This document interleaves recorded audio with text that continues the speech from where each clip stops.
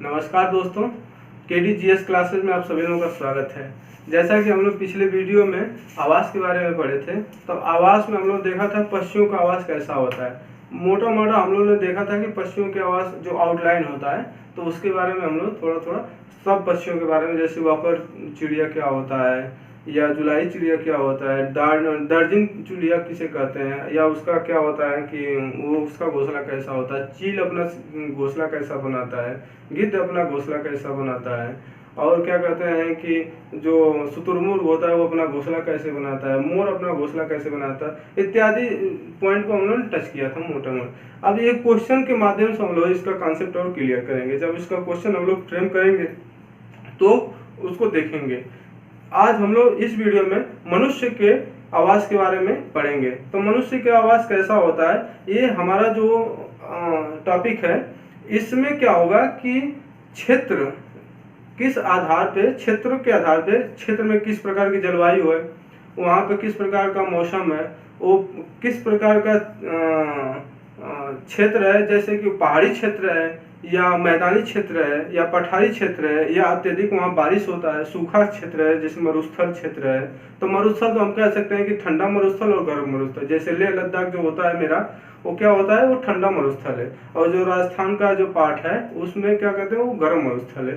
तो हम लोग इस आधार पे यहाँ पर देखेंगे कि यहाँ पर जो घर बनता है वो किस आधार पर बनता है, और देखेंगे कि अस्थाई और अस्थाई में भिन्नता क्या है। तो हम लोग इस टॉपिक को शुरू करते हैं। तो इस टॉपिक में हम लोग, इस वाले वीडियो में हम लोग पढ़ेंगे मनुष्य के आवाज़। तो मनुष्य का आवाज़ जो होगा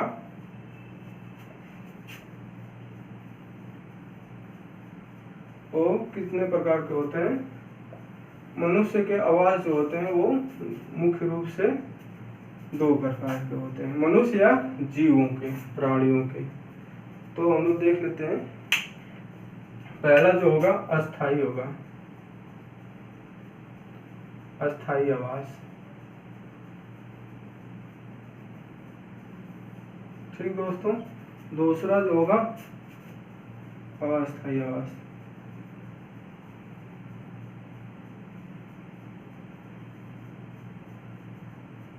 अस्थाई आवास हो गया।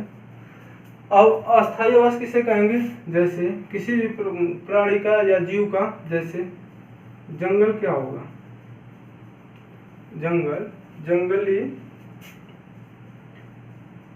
जीवों का क्या कहते हैं, अस्थाई आवास।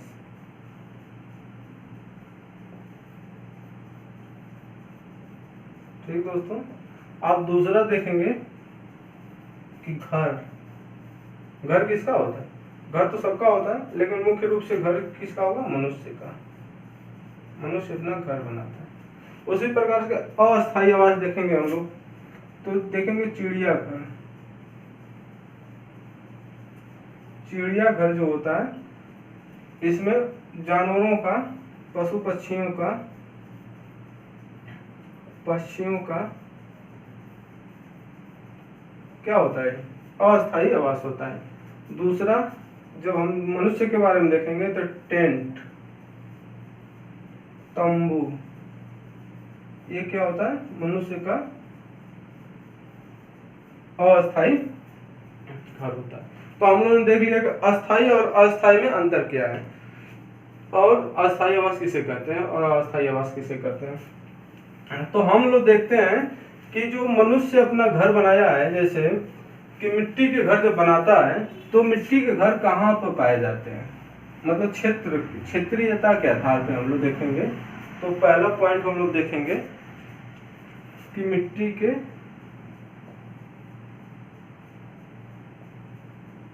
घर। तो इसमें पहला पॉइंट होगा दोस्तों कि मिट्टी के घर, इस प्रकार के घर जो होते हैं, इस प्रकार के घर प्राय कहाँ देखे जाते हैं, गाँव में, गाँव में मिलते हैं। ठीक। और दूसरा पॉइंट जो है, या वहाँ पर मिलते हैं जहाँ पे इस प्रकार के घर वहाँ मिलते हैं जहाँ पे अत्यधिक क्या होता है, अत्यधिक गर्मी पड़ती है, अत्यधिक गर्मी पड़ती है। जैसे राजस्थान वाला क्षेत्र जो होता है वहाँ पे मिट्टी के घर प्राय पाए जाते हैं। इस प्रकार के घर की जो दीवारें होती हैं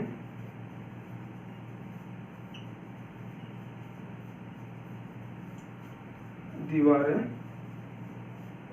मोटी होती हैं,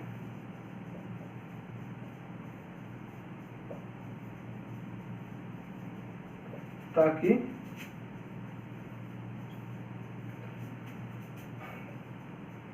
गर्म हवाएं जो हैं बाहर से गर्म हवाएं अंदर न आए।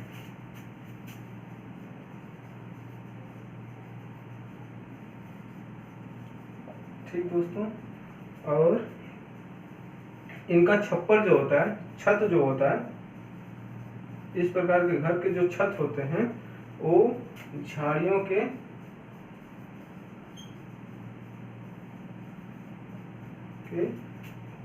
या छप्पर के बने होते हैं।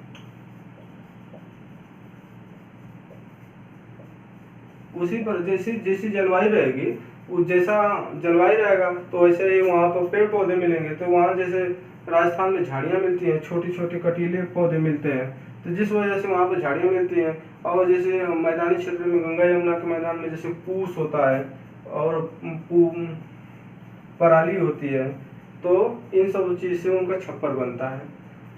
और क्या होता है कि अब हम लोग देख लेते हैं इसकी विशेषताएं। 3 मोटी मोटी विशेषताएं थी, अब हम लोग देख लेते हैं कि जैसे क्या होता है कि जो दीवारें होती हैं वो मोटी मोटी होती हैं। ठीक दोस्तों, ठीक। और इनका छप्पर जैसे झाड़ियों से बनता है, झाड़ियों से, तो उनका कुछ इस आकार का बनता है, इस आकार का घर बनता रहता है।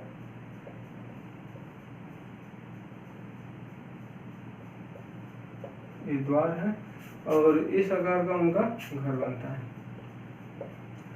और ये जो होता है ये झाड़ियों की बनी होती हैं। और कभी कभी क्या होता है कि इसमें जो लकड़ी का प्रयोग किया जाता है वो नीम का होता है या कीकर का होता है।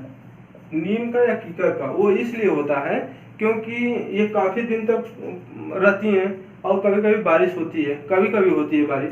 तो इसमें क्या होता है कि वो नीम के और कीकर की विशेषता होती है कि उसमें कीड़े नहीं लगते हैं, तो कीड़ों से बचाव होता है। और ये जो दीवारें होती हैं, दीवारों की समय समय पर पुताई होती रहती है। और पुताई इसलिए होती है क्योंकि दीवार कुछ समय के बाद टूटने लगती है, जो मिट्टी आपस में होती है छूटने लगती है, तो नुकसान होने लगता है, अलग होने लगता है। तो इनकी देखभाल के लिए इनकी पुताई होती है। और इनका जो फर्श होता है, इस फर्श पे गोबर से लिपाई होती है। वो क्योंकि यहाँ पर कीड़े मकोड़े नहीं पनपते हैं। जैसे त्योहार हो गया, कोई विशेष आयोजन हो गया, तो वहाँ पर लीप दिया जाता है, जिसकी वजह से सुरक्षा भी होती है और सौंदर्य भी बढ़ जाता है। तो यहाँ पर हम लोग देखा कि जो राजस्थान में या गंगा उत्तरी मैदान में जो मिलते हैं घर जो होते हैं, वो मुख्य रूप से वो गर्मी से बचाते हैं। और यहाँ से ये हवाएं चलती रहती हैं, तो दीवार जो होती हैं इनका बचाव करती हैं, अंदर ठंडा बना रहता है। और ये जो है छप्पर है, तो जैसे जलवायु है उसी प्रकार का वहाँ पे पेड़ पौधे पाए जाते हैं, तो यहाँ पे झाड़ियाँ लगा दी जाती हैं। तो हम लोगों ने देखा कि वहाँ पे कैसा घर बनता है। अब हम लोग देखते हैं कि बांस का घर, जो बांस के घर होते हैं, बांस के या लकड़ी के घर।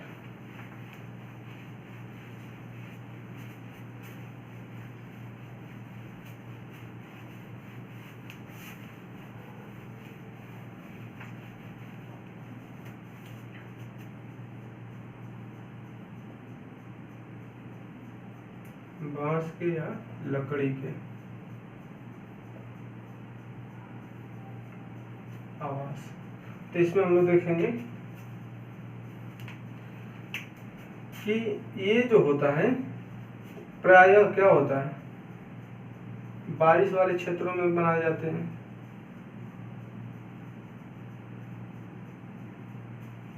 जहाँ पे अत्यधिक बारिश होती है।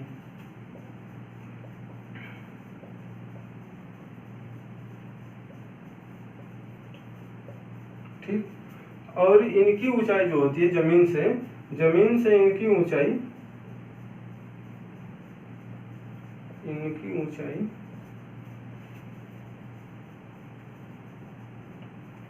10 से 12 फुट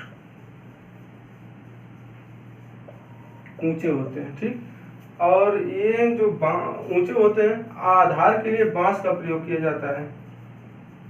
बांस का स्तंभ होता है वो इसलिए कि जब बाढ़ आए तो बाढ़ से सुरक्षा प्रदान करने के लिए इनकी ऊंचाई जो होती है 10 से 12 फुट होती है और बांस इसमें मजबूती से काम करता है। और भारत के असम राज्य, पूर्वोत्तर वाला क्षेत्र असम राज्य, अभी हम इसको मैप पे बताते हैं, और मेघालय, यहाँ पे सबसे ज्यादा बारिश होती है। मेघालय में ऐसे घर मिलते हैं। ठीक है दोस्तों, तो जो हम लोगों ने देखा कि बांस के घर कहाँ मिलते हैं, मेघालय में मिलते हैं और असम वाले क्षेत्र में मिलते हैं। और इनकी ऊंचाई जो 10 से 12 फीट ऊंची होती है वो, और बांस से इनका स्तंभ के लिए इनका प्रयोग किया जाता है। तो हम लोग देखते हैं अब जो पत्थर से निर्मित जो घर होते हैं, पत्थर और लकड़ी से निर्मित घर, ये अभी तक अस्थायी रूप से बन रहा है, अस्थायी परमानेंट घर बन रहा है। पत्थर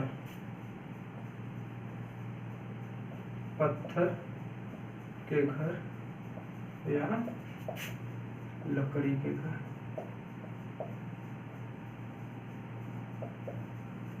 पत्थर या लकड़ी के घर, तो इसमें हम लोग देखेंगे कि ये पत्थर का जो घर होता है वो मुख्यतः पहाड़ी क्षेत्रों में या जहाँ बर्फबारी होती है वहां पर इनको बनाया जाता है। तो हम लोग देखेंगे कि पहाड़ी क्षेत्रों में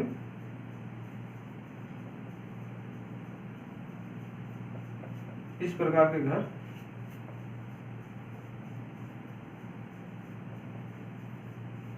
बनाए जाते हैं। ठीक दोस्तों, पहाड़ी क्षेत्रों में, और इनका जो छत होता है, इस प्रकार के घर का छत जो होता है ढलवा होता है।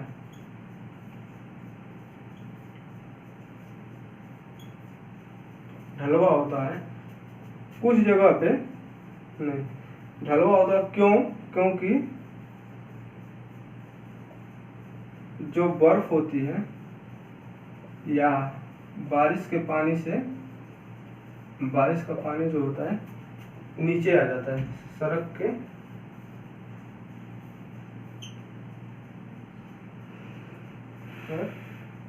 जमीन पर आ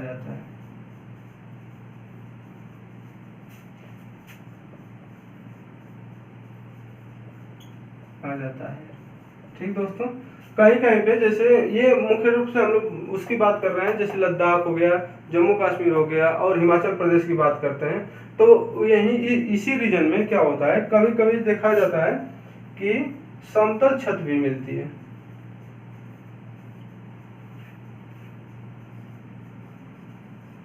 समतल छत भी मिलती है।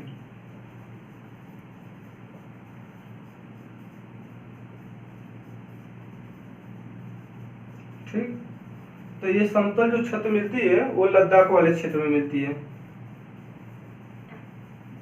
लद्दाख में समतल क्षेत्र मिलती है, समतल क्षेत्र कहीं कहीं मिलती है। तो उसका उपयोग ये लोग क्या करते हैं कि जो फसल होती है या सब्जियां होती हैं उस समतल छत पे सुखाने का काम करती हैं। तो उसका मुख्य काम यही होता है। और ढलवा छत जो होता है उसका मुख्य काम होता है कि जो बर्फ होता है या पानी जो बारिश होता है उसको नीचे कर दे।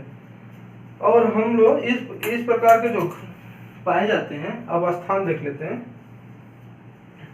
वो JNK वाले क्षेत्र में, रीजन में, ठीक, और हिमाचल प्रदेश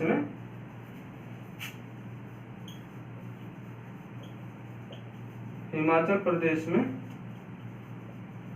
ये पाए जाते हैं। यहाँ पे तो क्या होता है, जैसे जो जम्मू कश्मीर होता है और हिमाचल प्रदेश होता है, लेह लद्दाख वाला क्षेत्र होता है, यहाँ बारिश कम होती है, लेकिन यहाँ बर्फबारी अत्यधिक होती है। तो हम ये कह सकते हैं कि जैसे इससे पहले जो हम लोग मिट्टी के घर को पढ़ा था, तो मिट्टी के घर में क्या था, राजस्थान में, तो राजस्थान में वो गर्म मरुस्थल है, तो वहाँ तो वैसे भी बारिश नहीं हो रहा है, कभी कभी बारिश हो रही है। और क्या कहते हैं कि जब यहाँ आते हैं हम लोग, हिमाचल प्रदेश, जम्मू कश्मीर, लेह लद्दाख वाले क्षेत्र में आते हैं, तो ये तो हमारा बस कहने के लिए है कि बर्फ और बारिश से हमको बचाव करता है, लेकिन यहाँ मुख्य रूप से क्या होता है कि हमको बर्फ से ही बचाव मिलता है। तो यहाँ पर अत्यधिक बारिश होती है। और जैसे क्या कहते हैं कि जैसे पहाड़ी क्षेत्रों की बारे में बात हुई है, तो पहाड़ी क्षेत्रों में केवल हिमाचल प्रदेश या उत्तराखंड या जम्मू कश्मीर में ही पहाड़ नहीं है। हमारा पहाड़ जो है वो आंध्र क्या कहते हैं, अरुणाचल प्रदेश में भी है, नागालैंड में भी है। तो इस प्रकार के घर जो होते हैं, जो पत्थर से बनते हैं, वो अरुणाचल प्रदेश और नागालैंड में भी ऐसे प्रकार के घर बनते हैं। तो वहाँ पे क्या होता है कि वहाँ बारिश से उसकी सुरक्षा मिलती है। तो हम लोग देख लेते हैं, इसको देखा। अब हम लोग देखेंगे कि बर्फ से बने घर को, बर्फ जो घर बनता है, मुख्यतः क्या होता है कि उच्च अक्षांशों पे जो होते हैं, जिस प्रकार के घर होते हैं, वो जो बर्फ से बनते हैं वो उच्च अक्षांशों बनते हैं, मतलब जहाँ बर्फीले स्थान होते हैं, क्षेत्र होते हैं, अत्यधिक बर्फ पड़ती है, जैसे साइबेरिया वाला क्षेत्र हो गया, कनाडा वाला और आइसलैंड वाला जो क्षेत्र होगा, वहाँ पे इस प्रकार के घर बनते हैं।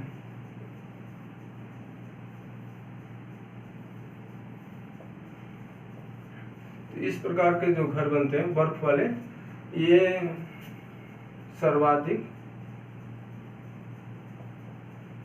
बर्फीले स्थान पर बनते हैं। ठीक दोस्तों, इनका निर्माण कैसे होता है? जो बर्फ होता है, बर्फ के टुकड़ों को जोड़ के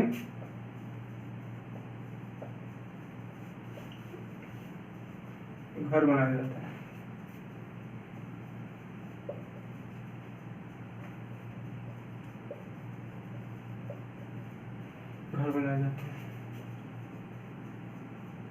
यहाँ पे एक जनजाति है, वो शिकारी जनजाति है,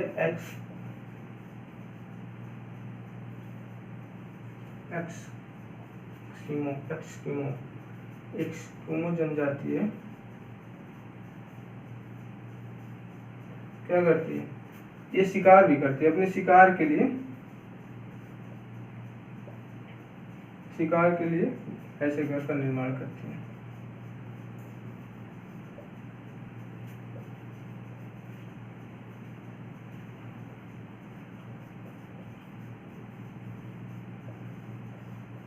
ऐसे घर का निर्माण करते हैं।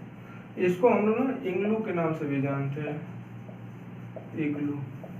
तो हम लोग थोड़ा सा इसको देख लेते हैं कि इसका जो घर का आकार होता है वो गुंबदाकार होता है, और इसका जो प्रवेश द्वार होता है अत्यधिक सकरा होता है। सकरा इसलिए होता है कि जो बाहर की बर्फीली हवाएं होती हैं उनको रोकने में ये कारगर होता है।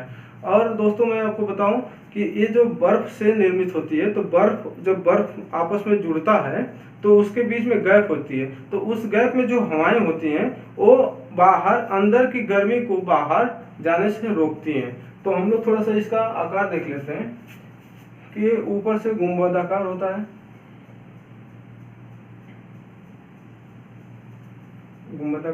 इसका प्रवेश द्वार ऐसा ही होता है। ठीक दोस्तों, इनका जो बर्फ से जोड़कर इनको बनाते हैं, तो इनके बीच में जो गैप होता है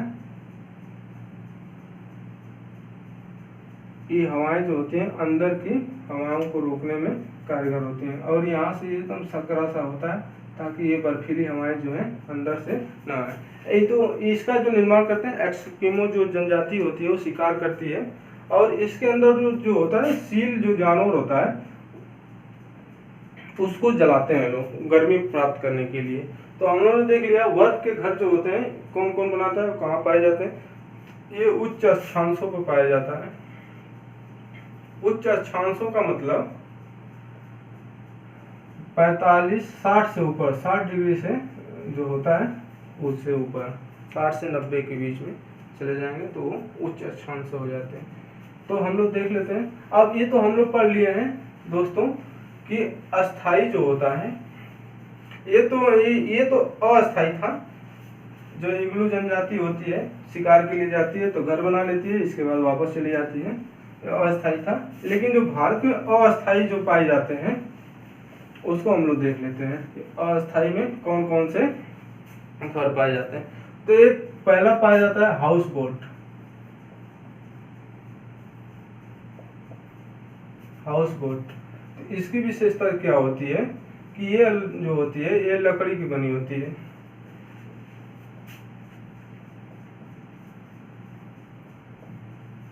ये लकड़ी की बनी होती है, ठीक दोस्तों। ये हमेशा पानी में रहती है, हमेशा पानी में रहती है। इसके लकड़ी पे अंदर के लकड़ी पे क्या होता है, नक्काशी बनी रहती है। नक्काशी बनी होती है। एक कभी कभी इसकी ऊंचाई 80 फुट से भी ऊपर हो जाती है।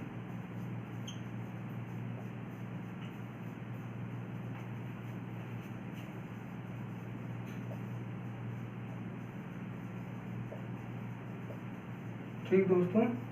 और ये कहाँ कहाँ पाई जाती है, ये जम्मू एंड कश्मीर में और केरल में पाई जाती है। केरल में पाई जाती है। तो हम लोग हाउस बोट देख लिया। अब हम लोग देख लेते हैं डोंग। ये भी एक अस्थाई निवास है, आश्रय है मनुष्य का। और ये जो है ना हाउस बोट ये केवल पर्यटन के दृष्टिकोण से बहुत अत्यधिक महत्वपूर्ण होता है। तो हाउस बोट पर्यटन को बढ़ावा देता है, यहाँ पर कोई रहता नहीं है। अब डोंग हम लोग देख लेते हैं। डोंग में क्या होता है कि ये भी एक लकड़ी का बना होता है। लकड़ी का बना मकान है, परंतु इसकी लकड़ी पे नक्काशी नहीं बनी होती है।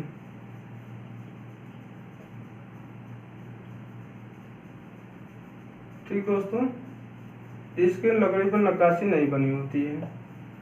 और क्या करता है, और इसके पिछले कमरों में मतलब जो कमरे होते हैं जो बनाए गए होते हैं इनमें जब आते हैं तो कई कमरों में विभाजित होता है। मतलब इस डोंग में कई कमरे होते हैं,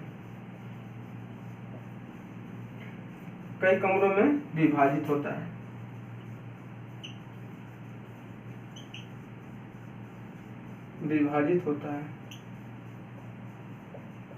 कई कमरों में विभाजित होता है। यह क्या होता है कि जम्मू एंड कश्मीर के जो स्थानीय निवासी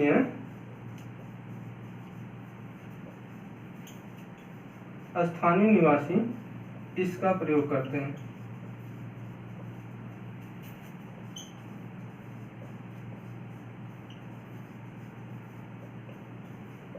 ठीक दोस्तों, अब हम लोग देखते हैं इस पार्ट का जो है अंतिम भाग है।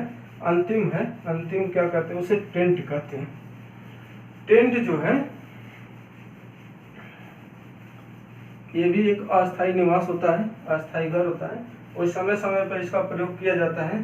जैसे गांव में कभी बारात आ गया या किसी के घर शादी हो गई, टेंट। तो ये अस्थायी निवास होता है। ये कभी कभी क्या होता है ना कि जैसे शादियों में इसका प्रयोग किया जाता है, ठीक, शादियों में। और शहरों में क्या होता है, गरीब लोग इसका प्रयोग करते हैं शहरों में। शहरों में गरीब, जैसे सड़क के किनारे जो कोई आ गया, और ये क्या होता है कि प्लास्टिक का बना होता है।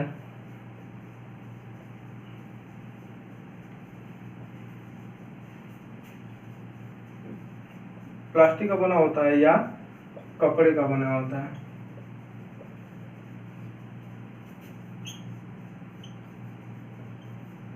ठीक दोस्तों, ये मुश्किल से ये क्या होता है, कभी कभी सेनाएं भी इसका यूज करती हैं अपने, मतलब कि किसी मिशन में जाते हैं तो इसका। और कभी कभी क्या होता है कि टूरिस्ट प्लेस में कोई जाता है तो भी टेंट के रूप में इसका प्रयोग करते हैं। तो ये सब हमारे आवास के प्रकार थे। मनुष्य किस प्रकार के आवास का प्रयोग करता है, और क्या कहते हैं कि भारत के किस क्षेत्र में आवास कौन से पाए जाते हैं, तो हम लोग इस वीडियो में देखा। प्रिय मित्रों, आप लोगों को ये वीडियो कैसा लगा? मेरे हिसाब से ये वीडियो परफेक्ट है। अब हम लोग इसके जो अगला बार आएगा उसका हम लोग क्वेश्चन करेंगे। क्वेश्चन को प्रीवियस ईयर के जो क्वेश्चन होंगे उसको प्रैक्टिस करेंगे। तो हम लोग देखेंगे कि इस वीडियो से हम लोग कितना लाभ उठाते हैं।